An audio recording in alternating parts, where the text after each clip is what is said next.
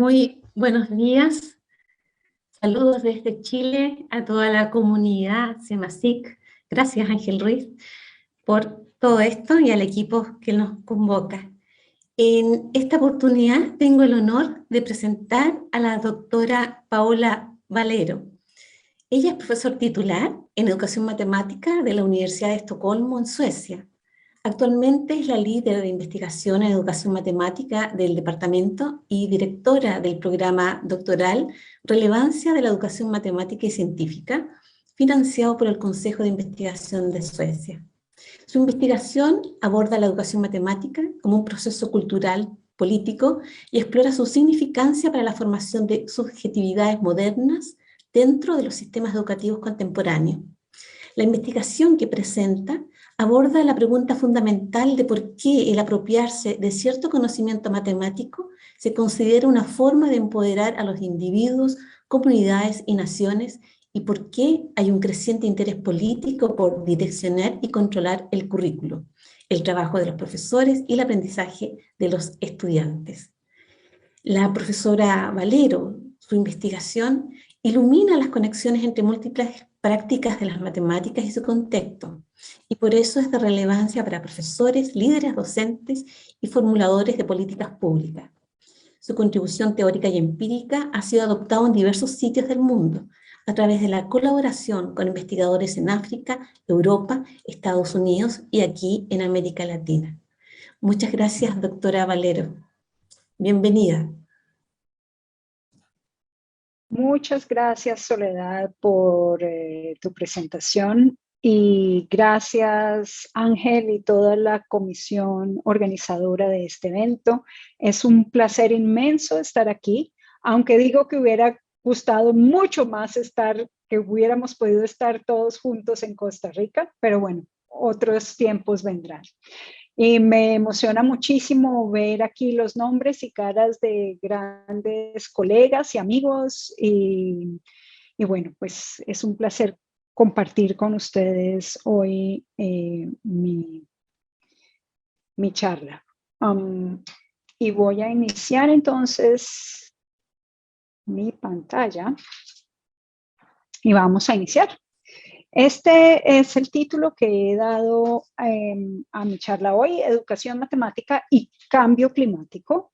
Y esta es una idea en la que he venido trabajando en los últimos años, junto también con mi grupo de investigación aquí en la Universidad de Estocolmo.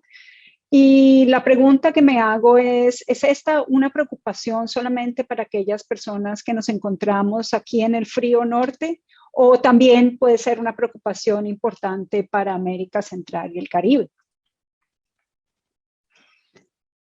El llamado de esta conferencia es un llamado para que la educación matemática pensemos este mundo en el que nos encontramos aquí todos confinados a pequeños recuadritos de Zoom como un tiempo de pandemia. Y yo pondría ese tiempo de pandemia como un tiempo muy claro de crisis. Un tiempo de crisis donde hay una fragilidad, la fragilidad del mundo en el que vivimos se hizo muy evidente, donde desigualdades y al mismo tiempo conexión y conectividad, relación y acceso se han hecho visibles en las maneras como hemos tratado de navegar por estos tiempos. Sin hablar de un sentido muy fuerte de precariedad e inseguridad que sentimos en nuestro trabajo, en nuestra salud, en nuestro mundo en general. Y claro, no es que de alguna manera los virus ni las infecciones sean nuevas, lo que pasa es que esta nueva viralidad nos ha hecho evidentes todo este tipo de crisis que constantemente estamos viviendo.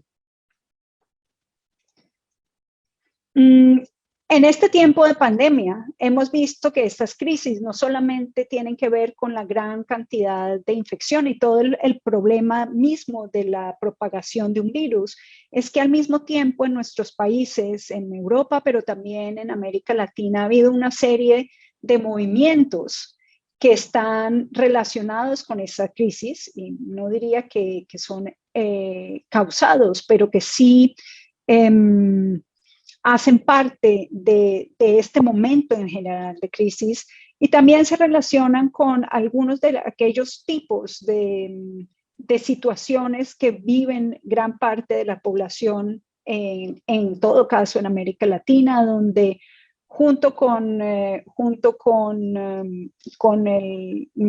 donde las inequidades, digamos, económicas se han exacerbado en este tiempo de pandemia.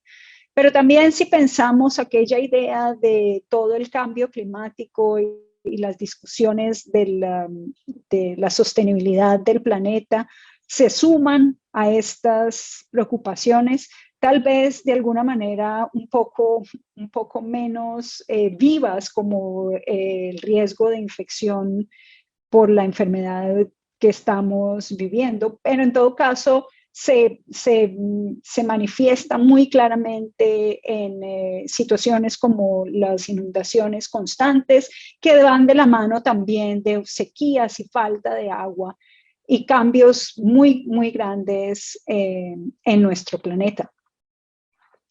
Así que la pregunta que yo me hago en esta mañana es una pregunta que tiene que ver con la reflexión constante que la educación matemática nos llama a tener sobre cuál es aquel contexto en el que nos encontramos y el mundo en el que vivimos, que nos hace un llamado para conceptualizar todo aquello que constituye la educación matemática, incluso antes de que esas ideas se materialicen en el aula. Mirando el programa de este evento, he visto que hay muchísimos trabajos que tratan de distintas estrategias pedagógicas que hemos tenido que cambiar en estos tiempos de crisis. Distintas ideas sobre cómo podríamos hacer mejor nuestra labor como profesores de matemáticas. Y sin embargo, cuando pensamos la importancia que le damos a nuestra materia de enseñanza dentro del currículo escolar, pues no podemos dejar de ser ajenos a justamente todo aquello que llamamos el contexto o todo aquello que está fuera del aula, que de alguna manera no podemos todo el tiempo tener tan presentes, pero que sí termina configurando aquellas de las posibilidades que tenemos en el aula. Entonces, en tratar de entender mejor esas relaciones entre las prácticas concretas de enseñanza y aprendizaje en las matemáticas, la investigación que yo hago trata de hacernos preguntas y pensar sobre lo que yo llamo la política cultural de la educación matemática, y es ese estudio sobre cómo y por qué las matemáticas y su presencia dentro de los currículos escolares son importantes culturalmente, pero además cómo se constituyen en un campo de lucha en el sentido de discusión sobre para tratar de definir qué es lo que cuenta como conocimiento valorado, en nuestro caso el conocimiento matemático, capacidad o competencia matemática valorada, y sobre los efectos que se esperan que tal conocimiento y la apropiación de tal conocimiento y formas de conocer matemáticas tenga sobre los sujetos de la escolaridad, pero también, y no solamente los estudiantes, sino todos aquellos que hacemos parte de una gran red de la educación matemática. Y para mí todo este asunto es un asunto político, porque siempre están en pugna constante un esfuerzo por definir qué es lo que cuenta y qué es lo que valoramos. Y esta pugna constante para mí es una pugna, digamos, política y cultural muy fuerte dentro de nuestras sociedades hoy en día. Y esta es la perspectiva de alguna manera que teórica y de intención tomo cuando hago la pregunta de si aquella idea del cambio climático es una preocupación para nuestros países latinoamericanos y del Caribe. Así que lo que yo quiero invitarlos a pensar hoy son tres cosas.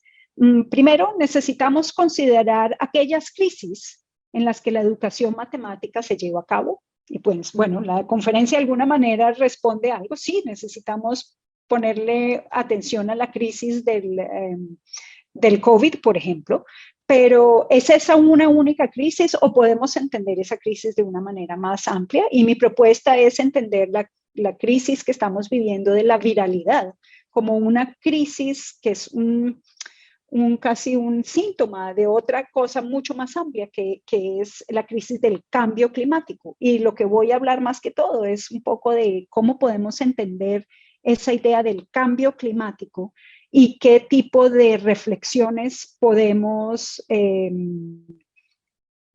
qué tipo de reflexiones nos enfrentamos cuando consideramos esa idea del cambio climático y qué reto nos presenta a nosotros como educadores matemáticos.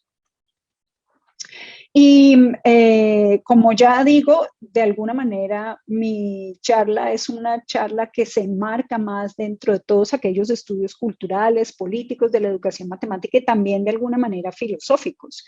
Y parten de la idea de que en la educación matemática no solamente nos interesa entender los procesos de enseñanza y aprendizaje, sino entender también toda aquella educación con ese conocimiento que es tan importante para nosotros desde puntos de vista filosóficos, políticos, y para poder pensar mejor qué posibilidades tenemos de acción, también en el aula, pero en otros ámbitos. Quiero empezar un poco por mi gran profesor y maestro, Ole Skousen, que ha sido una de las personas que ha propuesto la idea de la educación matemática crítica, que ha tomado bastante fuerza recientemente, en las últimas décadas tal vez, la última década con seguridad en América Latina, porque justamente nos llama la idea de cuál es el papel que juega la educación matemática y puede jugar la educación matemática con respecto a asuntos como la ciudadanía y los procesos de democratización en las sociedades. Y Ole Cosmos, en su libro Hacia la filosofía de la educación matemática crítica, que fue de alguna manera uno de los sitios donde yo empecé toda mi labor investigativa, propone que un sentido de crítica tiene que ver con reconocer que las crisis, las múltiples crisis de la sociedad, en el sentido de todos estos problemas que no son fácilmente entendibles ni resolvibles, van de la mano con justamente esa posición de crítica como una problematización de las ideas naturalizadas y también de las prácticas naturalizadas que orientan la manera como hacemos cosas como seres humanos, que orientan también lo que hacemos como personas, como profesores, como investigadores, y que también nos invitan a entender esa configuración, cómo esas ideas surgen y cómo se configuran en maneras de hacer particulares en tiempos y espacios específicos. Y aquí digamos que esa noción de crítica que Ole Cosmos se plantea, pues a mí me ha gustado trabajarla con otros referentes teóricos que vienen de los estudios críticos de la educación como Thomas Popkewitz, pero también de la filosofía y la antropología más contemporánea, en el caso de Bruno Latour. Así que tomando esta idea de la educación matemática crítica, pues podríamos decir que parte de la educación matemática como disciplina científica, pero también como práctica educativa, necesita considerar seriamente y constantemente el tipo de sociedad, cultura, política, historia, donde las prácticas educativas se llevan a cabo.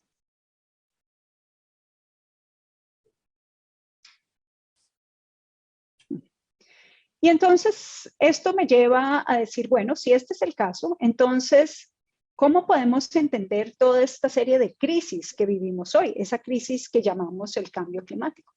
Y aquí ustedes reconocerán en esta foto una chica sueca que se ha hecho muy famosa en todo el mundo, un símbolo tal vez del llamado de los jóvenes para nosotros, todos los adultos, a tomar seriamente los cambios del planeta, Greta Thunberg.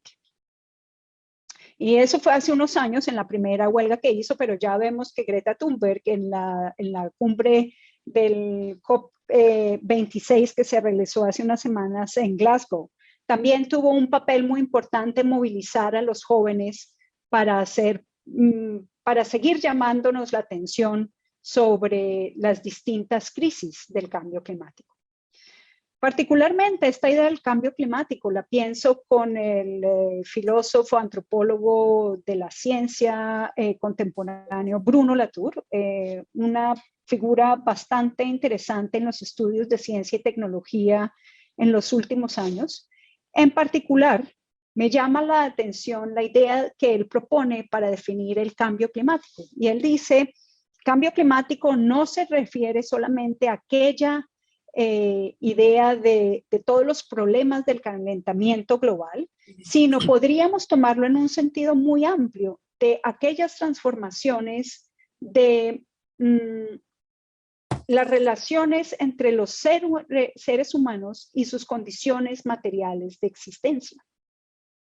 Y lo que él propone es decir que si entendemos el cambio climático como toda esta serie de transformaciones, podemos empezar a tejer la serie de relaciones que existen entre el calentamiento global con resurgimientos de movimientos políticos de extrema derecha y cuestionamiento a los procesos democráticos, incremento en las tensiones raciales relacionados con migraciones masivas y todos este tipo de puntos que están aquí. Y claro, uno diría, bueno, aparentemente eso se trata de todo y de nada, ¿no? Pero creo que el llamado interesante de Bruno Latour es, como yo entiendo, para mí lo más interesante es aquella idea de entender aquel contexto en el que estamos como una serie de relaciones y que configuran nuestras posibilidades de práctica.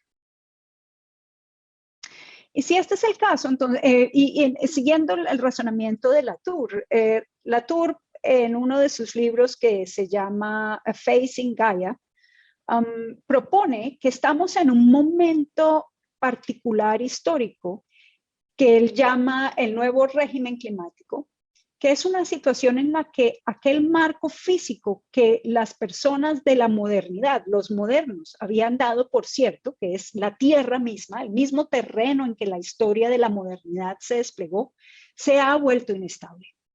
Y si ese es el caso, entonces pensar en una configuración del nuevo régimen climático nos hace reconocer que los seres humanos, a través de su acción histórica, han reconfigurado la tierra misma.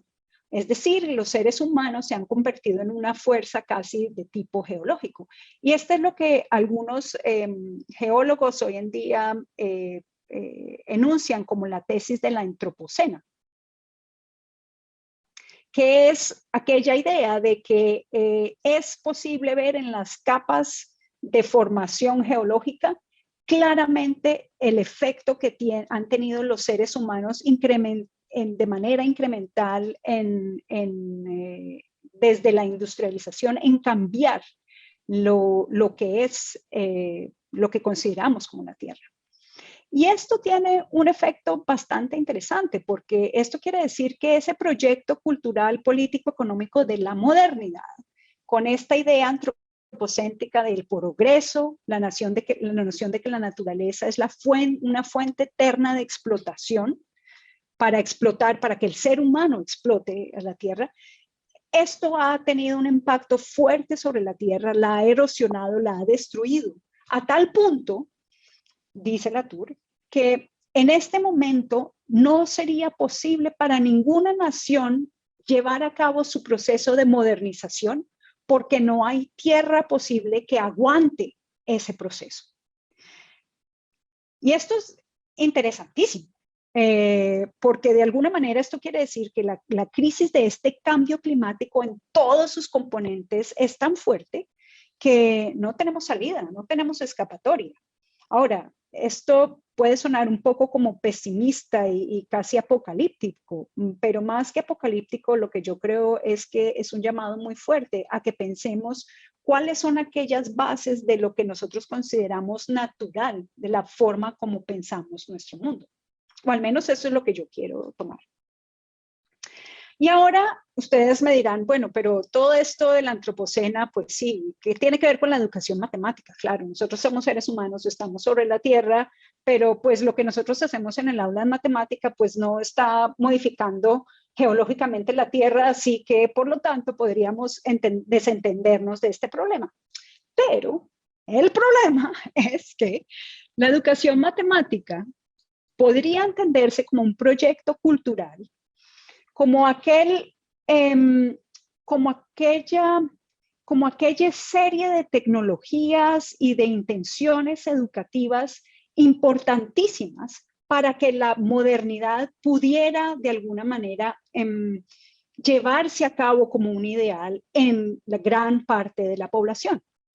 Porque a través de impartir, promover y generar conocimientos matemáticos y llevarlos masivamente a la población a través de sistemas masivos de educación y del currículo y de controlar de currículo y de generar cada vez herramientas y tecnologías didácticas más o menos efectivas. Lo que estamos haciendo es un cambio muy grande justamente en las subjetividades de todos nosotros que empezamos a entendernos como aquellos seres de la modernidad, seres que confían y creen en el orden, en el progreso, en el desarrollo, en la racionalidad, en la cuantificación como herramientas para relacionarnos con esa naturaleza y con los otros seres humanos.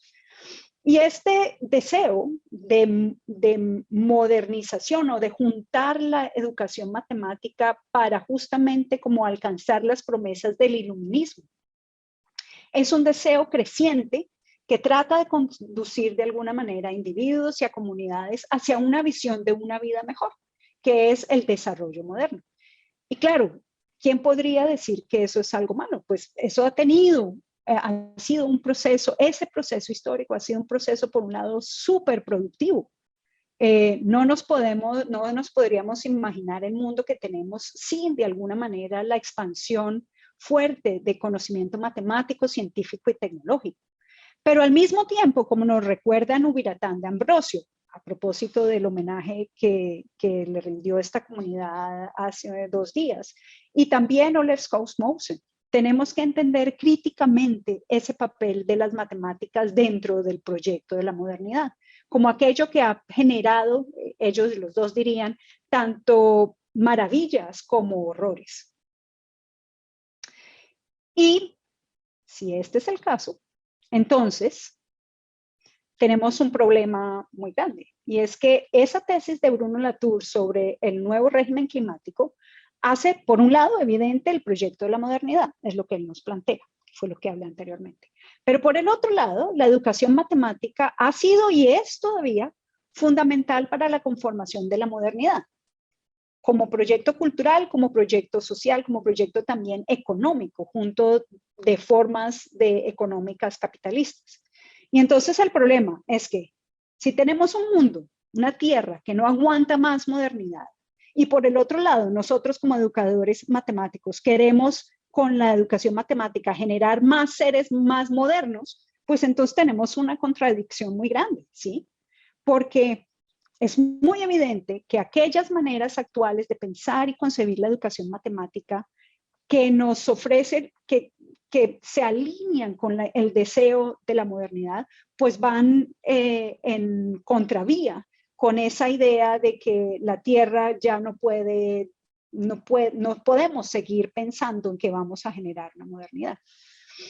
Y entonces esto me trae a mí a poner justo en el centro del aula de matemáticas y de la discusión de nosotros como comunidad, el mismo tipo de discusión que se da, por ejemplo, que se dio hace unas semanas en la cumbre de Glasgow, y es, ¿qué hacemos? Si hay países pobres, no desarrollados, que tienen todavía un derecho, una idea de desarrollarse, y tenemos unos países desarrollados, y entonces, ¿por qué vía vamos?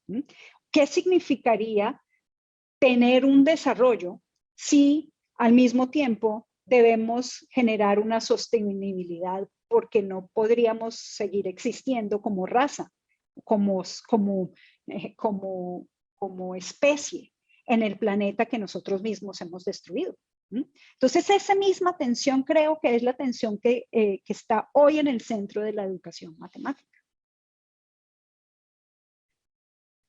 Todavía sigue en mi argumento, ¿no? Y bueno, hay investigación en educación matemática relativamente reciente y otra no tan reciente, podemos ver aquí, que ha tratado de caminar este camino, seguir algo de este camino. Hay algunos trabajos, por ejemplo, sobre educación matemática y sostenibilidad, donde la pregunta que se hacen es cómo podemos a través de las pedagogías de la educación matemática en el aula, de alguna manera, hacer conscientes a los niños de los problemas de la sostenibilidad y poner a operar las herramientas matemáticas al servicio de acciones y entender problemas de la sostenibilidad. Entonces, aquí tenemos un par de referencias al respecto. Y también recientemente, hace unos años, dentro de la Asociación Inglesa de Educación Matemática hubo un simposio que se llamó La Educación Matemática y un mundo viviente, respuestas a la crisis ecológica, y una serie de artículos que se presentaron en este simposio están publicados en la revista de Paul Ernest, de la Philosophy of Mathematics Education, seguramente muchos de nosotros conocemos, y están ahí disponibles, y son reflexiones que tienen que ver con la ética en la educación matemática, con la educación matemática crítica, y cómo es posible tomar como problemas de trabajo asuntos ambientales, el cambio climático y la antropocena, esa noción, de esas nociones de las que yo he estado hablando, reempezar las matemáticas mismas, el trabajo de estas dos personas, Nicolan y Natalie Sinclair, y repensar también currículo y pedagogía, por ejemplo, el trabajo de Rochelle Gutiérrez en los Estados Unidos. Así que lo que yo voy a decir a continuación, que es como 3 áreas grandes de retos en la educación matemática, pues obviamente hay personas que han comenzado a trabajar en estas direcciones. Y entonces,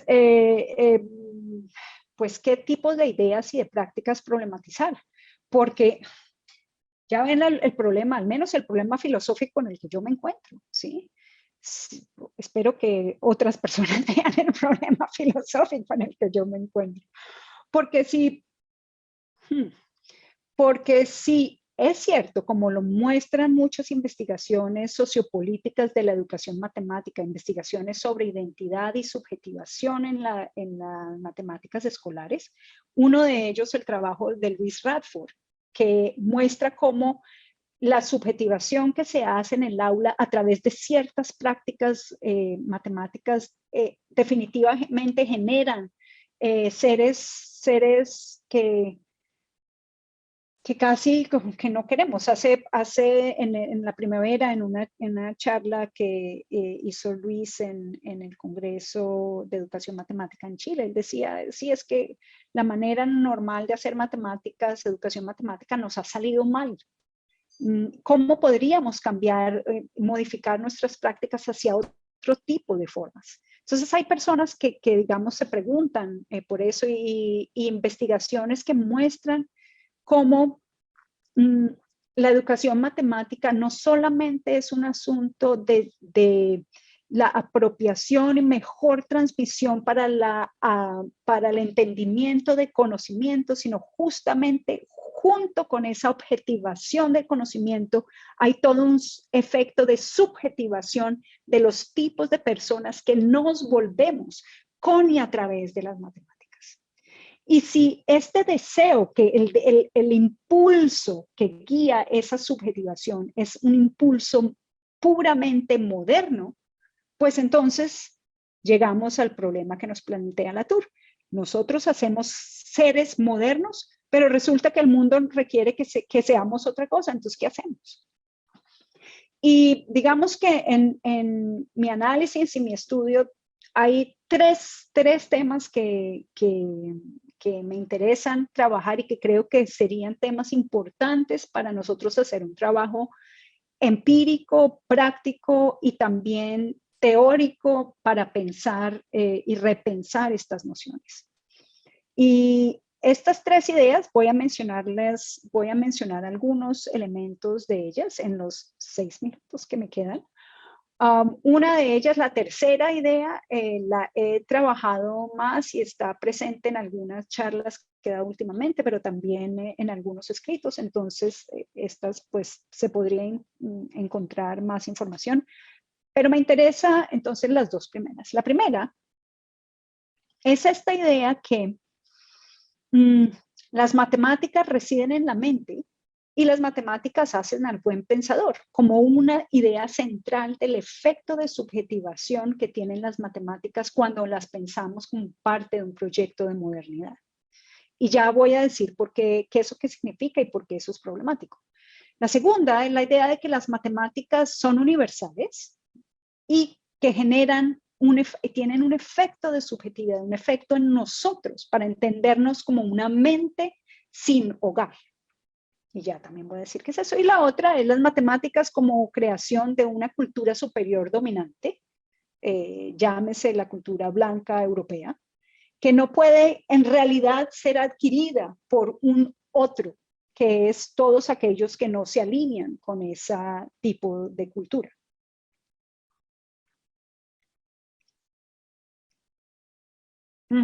Entonces, vamos a ver esta idea. Las matemáticas, me faltó una, residen en la mente y hacen al buen pensador.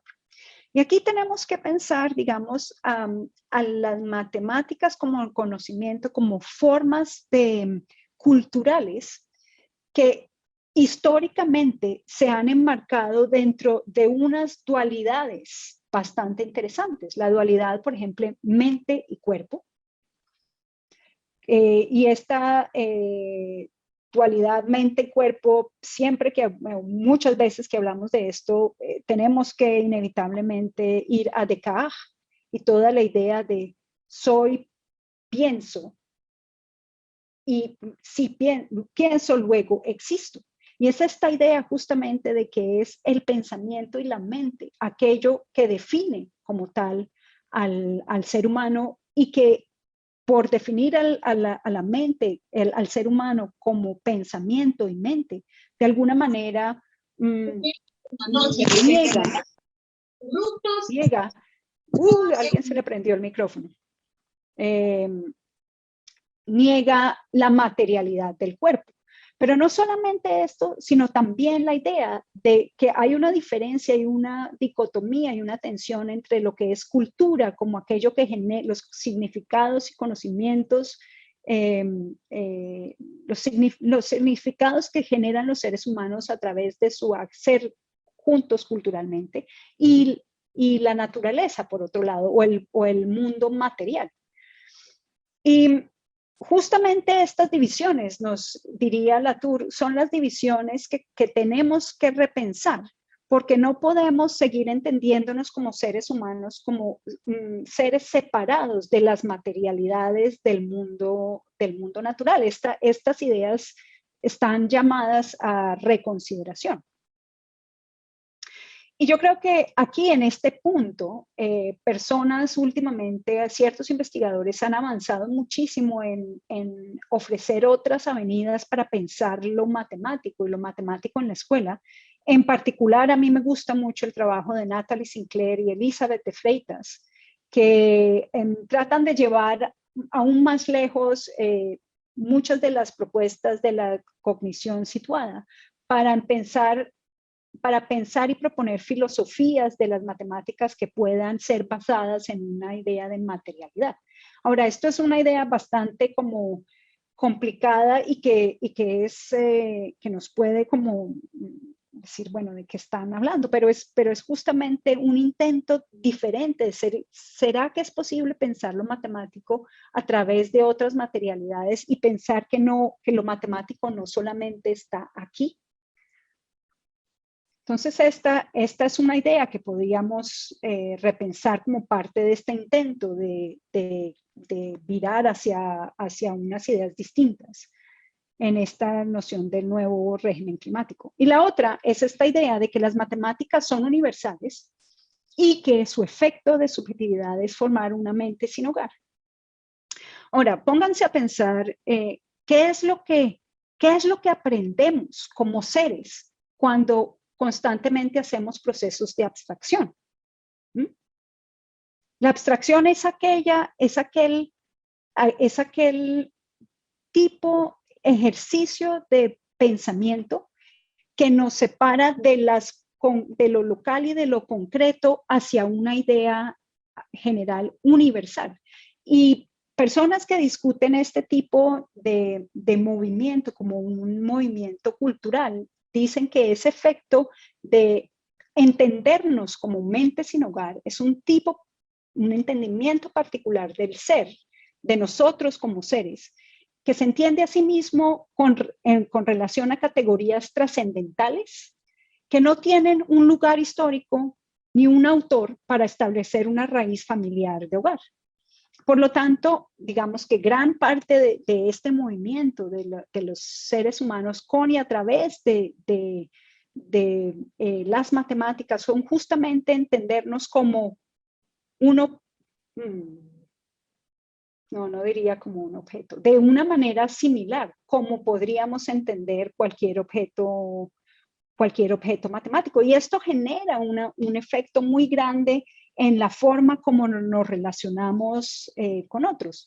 Justamente historiadores o personas que estudian los procesos educativos en la segunda mitad del siglo pasado dirían que este tipo de movimiento fue muy fuerte justamente en la posguerra de la Segunda Guerra Mundial, donde empezamos a entender la ciencia, tecnología y matemáticas, los campos de STEM, como aquello que nos iba a generar la capacidad de salirnos casi de esta tierra y empezar a ver la tierra y todos los seres humanos desde afuera. Y justamente esta idea de ver los seres humanos desde afuera, como esta imagen tan conocida del planeta azul nos lo muestra, es justamente lo opuesto a lo que nos fuerza a hacer la idea del régimen climático y la idea del antropoceno, porque no, los seres humanos nunca estamos afuera, nunca hemos estado afuera de la Tierra. Ahora, hay estudios recientes en trabajos con comunidades indígenas donde se trata de pensar, ya voy a terminar, donde se trata de pensar qué significaría hacer conocimiento y pensamiento matemático si estuviéramos arraigados a algo local. Y el último punto, que fue el punto que ya dije que otras personas y también yo en mi trabajo hemos tratado, es esta idea de las matemáticas como el conocimiento de la cultura, de una cultura dominante. Y aquí termino diciendo que las etnomatemáticas, gran trabajo de distintas corrientes de la etnomatemática y también de las nuevas perspectivas decoloniales y de la teoría racial crítica en Estados Unidos ofrecen una alternativa para mirar este tipo de problema. Y para terminar, los retos de la educación matemática no solamente son una mejora de la enseñanza del currículo y las prácticas educativas, pero justamente es también, a mi modo de ver, repensarnos la fundamentación filosófica sobre la cual estamos construyendo para poder entender lo matemático y su papel dentro de una nueva configuración del nuevo régimen climático. Y esto es un camino que se nos abre, pero creo que es un camino importante para todos. Yo creo que en América Latina y el Caribe no se pueden escapar o no están fuera de los cambios climáticos y por lo tanto podría ser una labor para todos nosotros como una comunidad para involucrarnos en ella. Muchas gracias. Gracias. por la magnífica conferencia. Tenemos una pregunta práctica de Ana González que nos dice, ¿qué elementos debe tener un problema matemático retador para que genere conciencia ambiental y a la vez desarrolle el pensamiento matemático?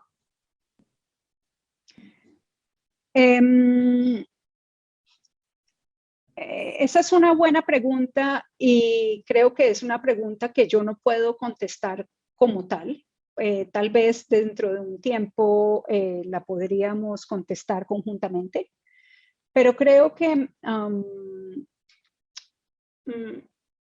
en este momento con parte de los estudiantes que están dentro de la escuela doctoral que Soledad mencionó, Relevance in Mathematics and Science Education, estamos tratando de pensar en cómo podríamos trabajar con problemas matemáticos que aborden la idea de los wicked problems, de los problemas científicos, tecnológicos no resolvibles y cómo las matemáticas pueden estar presentes ahí. Y esto quiere decir que la idea de lo que es un problema matemático se transforma en algo muy... Sí. No, pues ¿por qué me muteé yo? No sé. Bueno, lo que estaba diciendo es que al pensar la educación problemas matemáticos con la idea de wicked problems, voy a escribir aquí, wicked problems es un término que se utilizan en los estudios tecnocientíficos para referirse a situaciones que son tan complejas e irresolvibles, pero que son importantes encontrar distintos puntos de entrada. No es un problema matemático, pero es un problema donde matemática, ciencia, tecnología y sociedad se articulan para encontrar avenidas posibles de caminos posibles. Y eso quiere decir que los problemas matemáticos entonces cambian completamente, porque son problemas de mucho más que matemáticas que matemáticos. Ese es un área que estamos trabajando con algunos de los estudiantes doctorales de la escuela que tú mencionaste al inicio de la charla. Muy bien, muchas gracias. Por los tiempos limitados, vamos a cerrar en esta oportunidad. Hay muchas más preguntas, uno se va también con más preguntas aún. Agradecemos a la doctora Paola Valero y en el chat se va a colocar un link para que ustedes, es una muy breve encuesta, por favor, para que ustedes puedan valorar la actividad. Invitamos también a los participantes, ahí lo tienen, invitamos a los participantes a completar este formulario y a seguir con su participación en esta excelente SEMASIC número 3. Muchas gracias, doctora Paola Valero. Gracias a todos. Gracias, Paola. Chao. Gracias. Chao.